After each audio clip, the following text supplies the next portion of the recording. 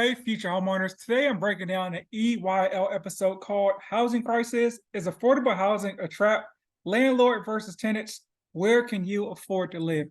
Always like when intelligent folks who aren't necessarily experts in the field they're talking about share their opinions on the subject because it gives you a different perspective of what may be going on in the housing market. And so they're going to talk about the changing market, rent strikes, does it make sense, affordable housing, and some solutions. Let's hop into it and I'll let you know what I think. Start of 2023, the city of Atlanta has reported 72,600 evictions in 7 months. This is already 10,000 evictions more than 2022. According to the data tracked and published by the Atlanta Federal Reserve Bank, there were 11,159 new evictions reported in June. From January to June, only about 15.5% of the evictions have proceeded. Um, okay. So first and foremost, and they'll touch on it a little bit. Like, of course, there are going to be more evictions in 2023 than 2022 and 2021.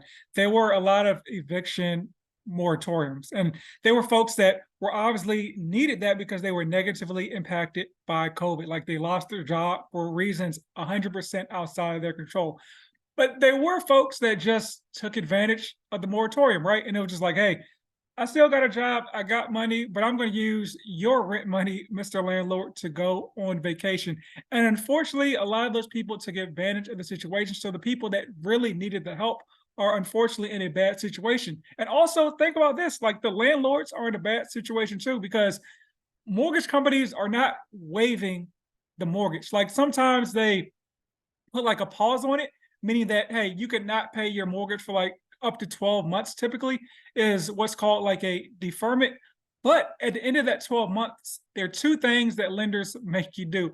One, some lenders make you pay the whole 12 months of rent, or excuse me, mortgage back. And if you didn't get that money from the tenant, like where are you going to get it from? I mean, it's one thing for a landlord to keep like 3 to 4 months of reserves in case tenants don't play. Most landlords are not keeping 12 months of reserve. So a lot of landlords are in a very bad position. So there are also mortgage companies that did what I think was a better solution was they tacked that mortgage onto the back of your loan. So you just started from fresh. Like if you had $24,000 you owed, that $24,000 was tacked onto the back of the loan. So once month 360 hits, you owe like 24,000. Or if you sell the property, obviously they get those proceeds back during the sale of that property. So a lot of people are getting evicted in Atlanta, which I would assume is an indication for the broader country, worldwide, nationwide. So, what is your thoughts about this disturbing trend? The first thing I want to point out, some of these are rolling over from um, the period where people didn't have to pay. But if I'm going to There you go. Just point that out. We don't need the but yeah, it's good. go into my conspiracy bag, if inflation is getting higher, the job market is not coming back, I truly believe that these evictions are happening because they want their city back. And by they, we know who they is. So I love Ian, great mind in investing. But when I hear stuff like this, I think like who is they? Is there some great cabal of like white people that are sitting around making these plans? Like who is the actual they in this scenario? Because it doesn't really make a lot of sense to me. I'm gonna act like I'm Khaled. But I think maybe Atlanta for too long has been too black. And Atlanta and Georgia is normally a very friendly city when it comes to these evictions. But going back to the pricing, some of the pricing in Midtown and in Buckhead is unaffordable for most people. I'm Yep. not counting the people that are ballers and have a bunch of money flowing in, cool. But for the average person, if they want a 3 bedroom, 4 bedroom, the prices over the last year have increased dramatically. And honestly, this is Buckhead, Atlanta, Dallas, LA, New York, pretty much any major city. if you want to change the demographics of a city, one of the fastest ways you can change them is by changing the price of the rental market. I think it's a mistake because if wages and income is not increasing as fast as the rental market pricing, And yeah, they have it. A stat I saw was from the start of COVID into now that wages have gone up about 20%. But as far as like the housing market, the actual residential purchase market, which reflects the rental market, that's gone up 41%. So essentially double, or actually double plus some. These are the kind of things that will lead to a crash or collapse. We're seeing it with Airbnb. Airbnb at one point was looked at as an affordable option to hotels, and then they got super sexy and they tried to make every Airbnb a Rolls Royce, and the prices were too damn high. I think that's kind of a misperception. He's probably referring to a viral tweet by this guy named Nick Gurley, who after diving into his content, figures he posts a lot of cherry picked clickbait content as far as the housing market is going to crash. And so his data showed that the Airbnb market was down for revenue per listing 40.3%. Another guy named Jamie Lane fact checked him and said that, hey, I ran the same data that this guy posted, and it's actually down 3.6%. So it is a decline, but the difference between 3 and 40% is a huge difference. So I'll post both of those items up here. You can kind of dive into the content as much as you want to see, believe, but I tend to believe the guy who doesn't post a lot of housing market clickbait. But I think that's what Ian is referring to here. And guess what? Most Airbnb properties are not being rented out like how they were 2 years prior or 3 years prior. So if this continues for a long period of time, it can spell a lot of trouble. But the first thing. So I think it's a misperception that the Airbnb or short-term rental market is so huge that it can somehow collapse the housing market. So first and foremost, like people are going to maybe try to turn them into long-term rentals, right? Because we're still short properties for people to live in, whether they're actual rental properties as far as apartments or houses. I think most people will turn to short-term rentals long-term rentals before they just somehow flood the market with these short-term rentals. And there aren't enough short-term rentals in the market really to sway things here or there. Think about the real estate markets where Airbnbs have been banned. Is there a surplus of housing in those markets? The answer is no. Thing I thought when I saw these amount of evictions, they want to quietly find a way to displace some people out of the city of Atlanta and move them out to the suburbs. That was great minds think alike, because the first thing I thought was, I'm a realtor in Dallas and would love to help you reach your goals of home ownership. So click the link in the description and just schedule a call no matter where you are on your journey. Not in Dallas? No worries, I can help connect you with a vetted realtor in your local jurisdiction as well. And feel free to share with friends, family, and foes. Everyone gets love. especially being here in New York, the amount of time it takes to evict somebody versus the time it takes to evict somebody in Atlanta, or in Atlanta specifically, right? So that was the first thing I thought. But the second thing is kind of like what you alluded to, right? Like kind of like when we first were learning about Airbnbs and how it could be super profitable. A couple of the cities we were thinking about with Miami and Atlanta, Yes. there was kind of a crackdown on that. And so, like, if you're not getting that money from Airbnb, now the person who actually has the lease has to now pay that, which could be, something that they can't afford anymore, right? The other part of it was the unemployment rate. Now, when we talk about unemployment, this kind of leads into like what you were saying. It was like, So I want to jump into something real quick because you mentioned Miami and Atlanta. So in Miami, since the start of COVID, home prices in Miami are up 63.12%. Rents are up pretty much that pace as well. So even with this stuff going on in the markets they're talking about, home prices are still up and up. Let's see, we have Atlanta on this list. In Atlanta, home prices are up 49% since the pandemic. So that it includes them going up and coming down. So they're both up almost 50%. So that's what I talk about. Like, there's going to be no crash, right? Because if you bought your home for let's say $100,000, right? If it's up 50%, now it's worth 150. So therefore, the long-term rents are up in that area too. Anyway, so there's no reason for a crash, and that's what they're talking about. Like, rents are unaffordable because home prices have still gone up. So yeah, a long-term rental is less profitable than a short-term rental, but it's less hectic, and it's still going to be very profitable in those areas. what type of jobs are being offered? Absolutely. What type of jobs are we being offered? What type of jobs do we have? Who's being laid off, and where are those laid?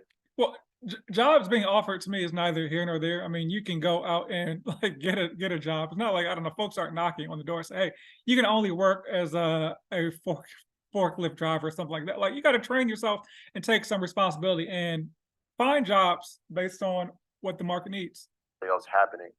So if you look at the demographics of Atlanta, right, we know specific counties that are predominantly look like us and people from our community. And so, yes, hospitality lost jobs and construction is, are we getting these jobs? And so that talks about the income that is coming in to the households of the families in Atlanta. So there's a couple factors there, but the number is extremely staggering, knowing that we're only in July and we still got, 5 months to go in this year. Where is this number headed? Yeah. I mean, I would say, I said on Instagram, it's a few different things. One of the things I said was, that Georgia was a landlord-friendly state, and a variety of different people disagreed with me on that and said I didn't know what I was talking about. Bring the facts to them. Different things of nature. And then one gentleman in particular, his name is Saint_Germain, and he said, Got the "You handle. just be talking sometimes." And Did that get under your skin?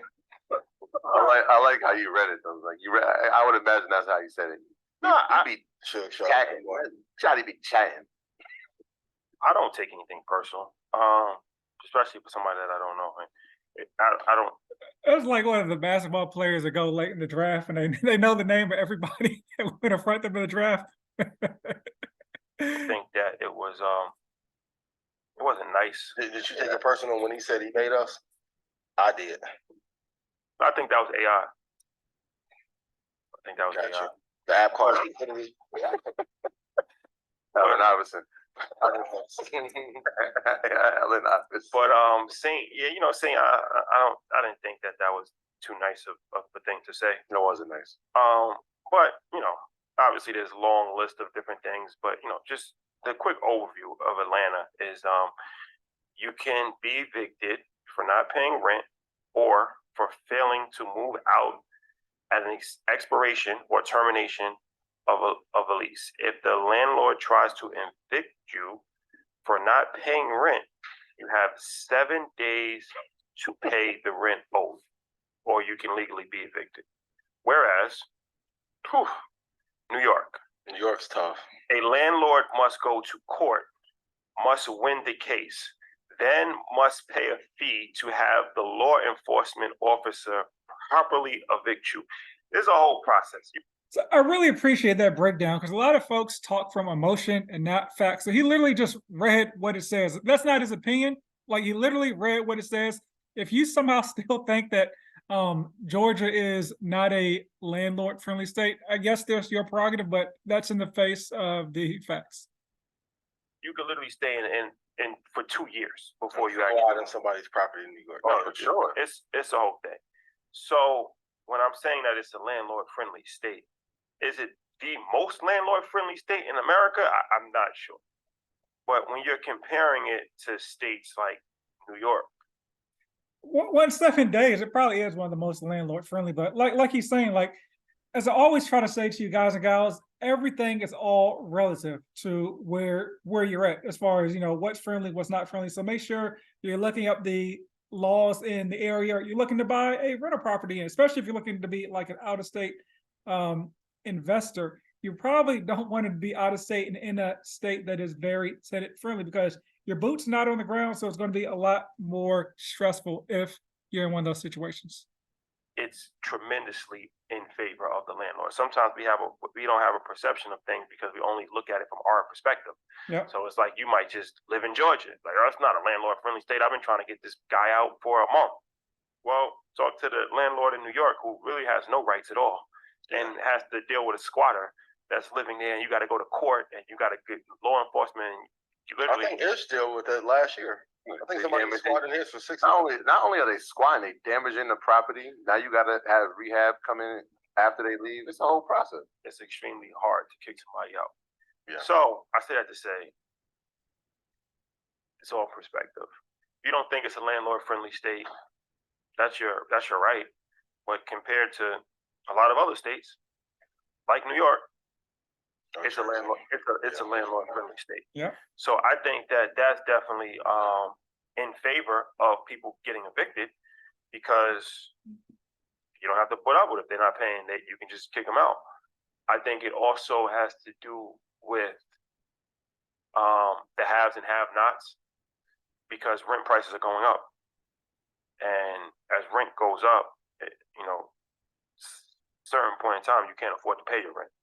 So there are people still getting money. There are people that still stimulating the economy, but everybody is not at that same pace.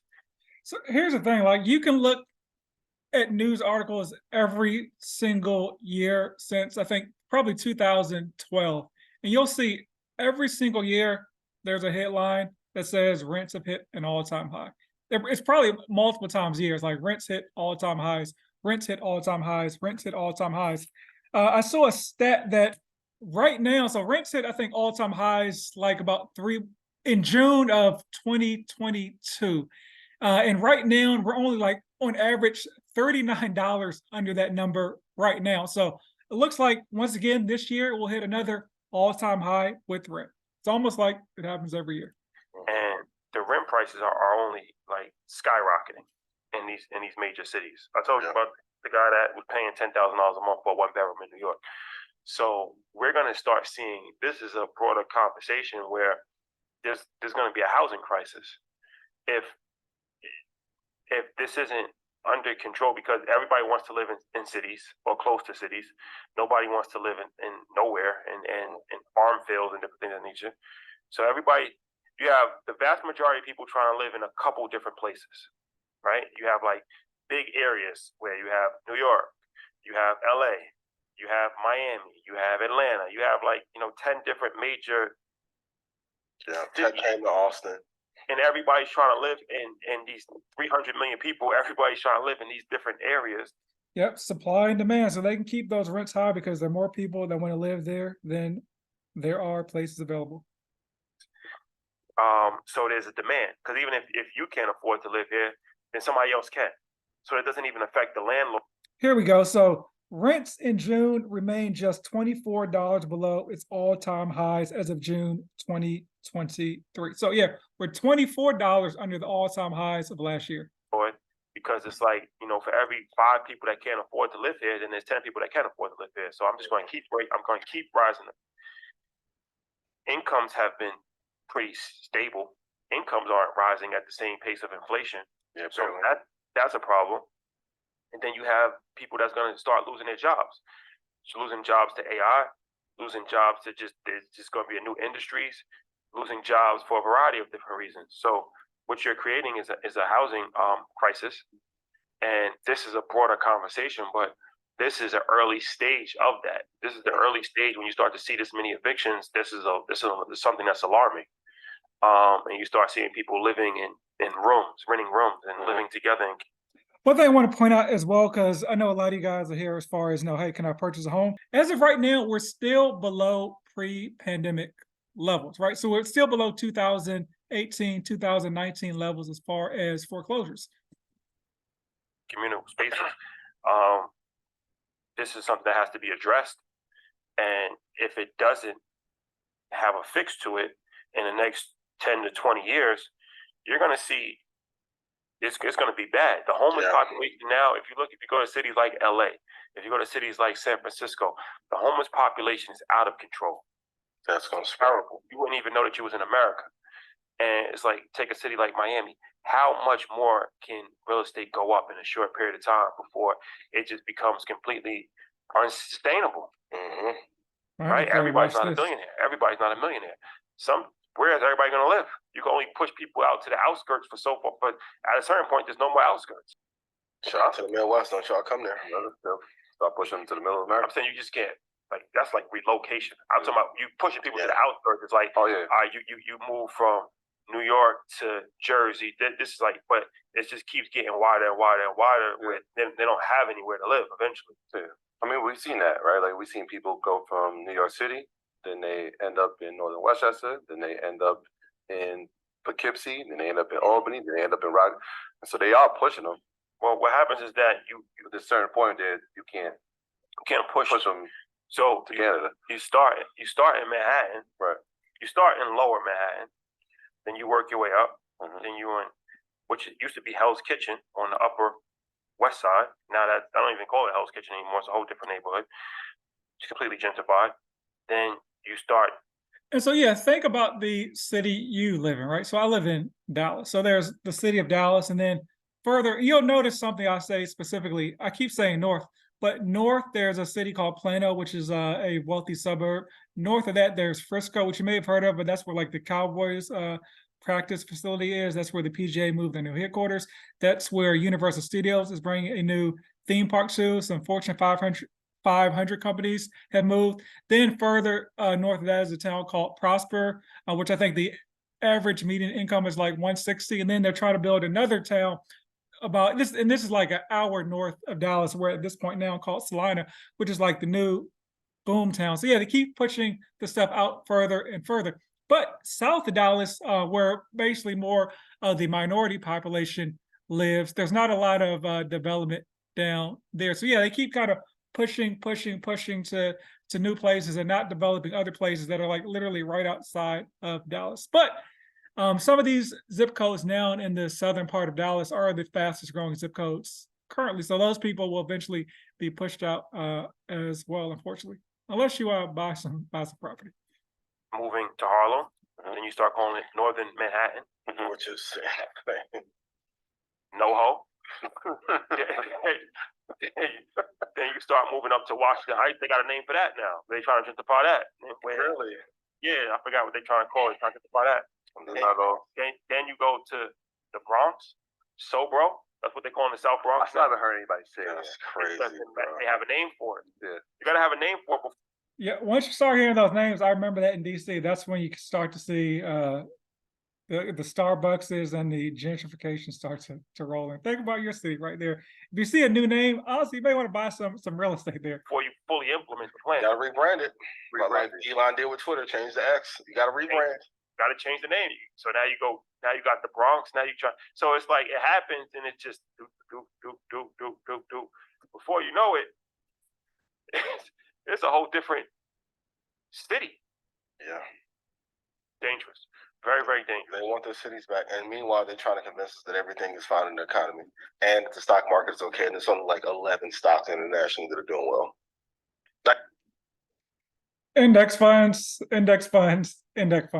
Don't try to pick individual stocks. If we have to put our lives on it outside of the ones we called, are there any? Troy, you said a great one, right? You don't. Here's the thing: you don't need to do it. And Ian says this, two of them, but index funds. You literally cannot go wrong. But are there like 15 stocks that we just bet our lives on, like our life savings on? There's weakness in the economy overall. And if there is not affordable housing solutions, at some point the people are going to revolt. Yeah. They are going to revolt. Yeah. They're going to be at your door. Be careful of that. Yeah. And the crazy part, it's only going to take maybe 2 months. Like the same thing with the music strike. And people quit paying rent in one part of New York for 3 months. Oh, baby.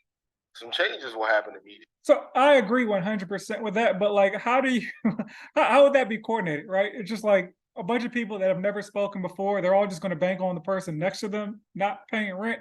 And how do you know that folks that may want to move into your place aren't orchestrating this to okie dokie? It's something that looks cool on paper, but it's something that's not realistic for there to be a mass rent strike. Like folks can barely organize to do basic things, let alone everyone not paying rent at the same time. And also, like, every landlord is not BlackRock, right? A lot of landlords are just average people who are getting screwed over, which is what, ironically, we talked about at the beginning of this episode was people not paying the rent. And I kind of pointed out it screws over hardworking landlords for the people that took advantage of the rent moratoriums during COVID. It doesn't take that much. Yeah, rent strike. They tried that before. Rent strike. Yeah. It needs to happen because it's feeling like 07 all over again. I'm not going to go into it, but no, it is not like 07, 08 by any stretch of the imagination. See previous content for why not. So you're pro rent strike? Well, I currently don't have any tenants, so that's the real answer right there. About to say the landlord's about to catch your neck. I'm not pro rent strike because I feel like landlords that you shouldn't, you don't deserve for somebody to just commit to paying you something and then not paying you. Yes. Yeah. That's something that I don't agree with. I also think it should be affordable though. But this is also important, right? It's from the other aspect of it. And shout out to Brandon Rule, alumni of EYL, having developments that are built specifically to have affordable housing, right? So I know he just got a grant for 50 million. Did you see that? So that's very important to point out, was the grant for 50 million, because affordable housing is not affordable to the people that actually build the housing. So in order for these projects to actually work, the government has to actually give the builders money. Without that, there's no such thing as affordable housing. You got a $50 million grant. He will be at InvestFest. He will be there to build. I believe it's in Alabama, Birmingham, Alabama. He's building 122 units. But those type of very intentional and strategic developments help combat that. So it's like, all right, well, this is what it's going to be based on the economy that we're building in. All right, but so when we have developers that look like us, and that's why he's a gem. You know what I mean, because the way he's able to break things down and explain it to our community, it's incredible. But we need more Brandon Rules. That's why it's important to be in the rooms, because I'm sure there's somebody who never knew that they can actually obtain that type of professionalism and career.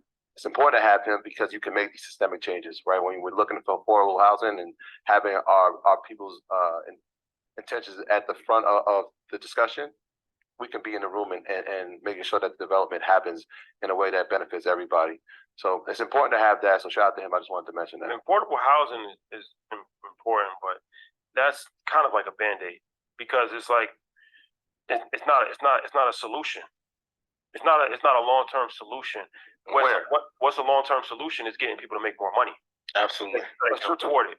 So it's like, so I'm gonna let him finish, honestly, but I'm not sure if that is the solution, because that's kind of like where we're at with inflation, right? The more that folks make, the more they're going to spend. So let's say everybody's salary went up $1,000 a month. Well, they're going to spend more. Not everybody's just going to save that and tuck it away. They're going to spend more, and therefore now more people can afford, let's say, like a $4,000 or $3,000 place to rent now. So it just decreases the demand at the top of the chain. So I don't really think folks making more money will solve the problem.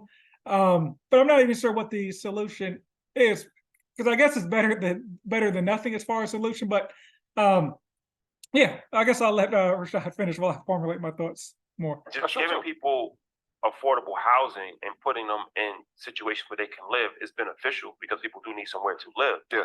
But they're still ultimately, they're still not making enough to even live there. So you're still struggling. You might have a nice apartment, but that doesn't solve your problem. What happens in the time that you're there, right? So that could be the thing, right? Like if I don't have to worry about with the roof over my head, right? Now I have a mindset where I have a freedom to actually think. I have freedom to now create.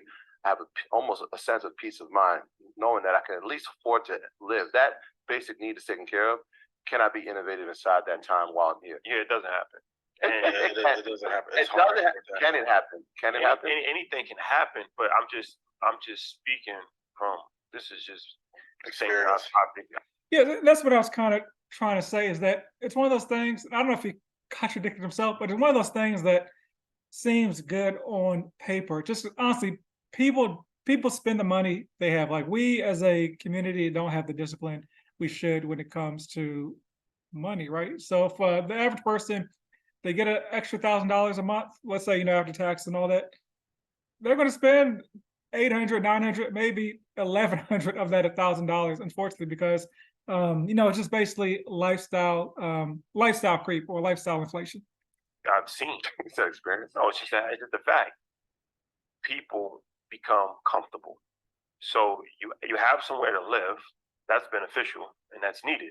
Yep. And you usually, it's just, okay, I have this taken care of, and I'm gonna work enough, and it's gonna be enough to pay these bills. And it's a recipe to just stay as a renter for your whole life. Let me just finish. You stay as a renter your whole life. Yep. You'll never own anything. And you'll never move up the economic scale. I'm glad he pointed out, because that's one of the things that I'm glad he touched on when it comes to like affordable housing, or rent that's frozen, where someone's like, hey, my rent frozen, so I get to stay in a $1,200 apartment in I don't know, Manhattan Beach, where rent may be like $3,000, $4,000 on average. That's great, but yeah, that person never builds any wealth because, like you said, they get comfortable paying $1,200 a month. They don't try to increase their income and make more money to buy a home because they think they're losing something by losing that $1,200 a month apartment. But here's the thing: you can't pass down that apartment, right? And so that's why generational wealth is never built in some of these situations, because people, like you said, get very comfortable where they are. This isn't just my own personal biased opinion. This is with things that I've seen. I've witnessed this firsthand. Very rarely do they move up the economic scale. They don't move up the economic scale. They just stay there. And who is that ultimately benefiting? Business, because they're getting government subsidies. It's not like they're doing this out of their own good of their heart. They're getting government subsidies to have 10% of these luxury apartment buildings, to have affordable units, and to build these and different things of that nature. So it's a win for them. And the government is just printing money. They don't care. So the only people that they think that they're benefiting is the people that are in this, but it's really a trap to keep people on this same type of government assistance treadmill that it never helps. It doesn't help anybody. When you say you've seen it firsthand, you're speaking of a specific time period. I'm speaking of this actual time period where people have access to more resources, access to more information, and are actually educating themselves. That we are actually seeing firsthand, right? Like, we are seeing that. It's the reason why we do this every Monday. It's the reason why we put out content every day. So people are more aware and have more information than they've ever had. That might be true for a time period, but there has to be optimism in saying, like, yo, the work that we're actually doing, and that's why I said, like, a guy like Brandon is so important to see it happening. I believe it can change that. No, I'm all for affordable. First, there was always information. There's different stages of information. At this level? Let me finish. It's all relative, right? So there was, like, before there was no such thing as a library. Then there was a library. Then there was no such thing as a computer. Then you had access to the internet. Then there was no such thing. So there's always been access to information. There's never been as much information that's readily available to you. Gotta use it. But you can always change your life based off of information at any point in time. So why hasn't it happened? That is a great question. So I'll leave you guys with it right there. Why haven't things changed? We have the information. Congrats to you, and thanks to you for watching the video, tapping in with the show and trying to educate yourself. But why do you think things have not changed despite the massive amount of resources we have now until today? Email me with your commentary. Drop a comment down below if you're watching on YouTube. And as always, buy land. Rumor has it they're not making any more of it.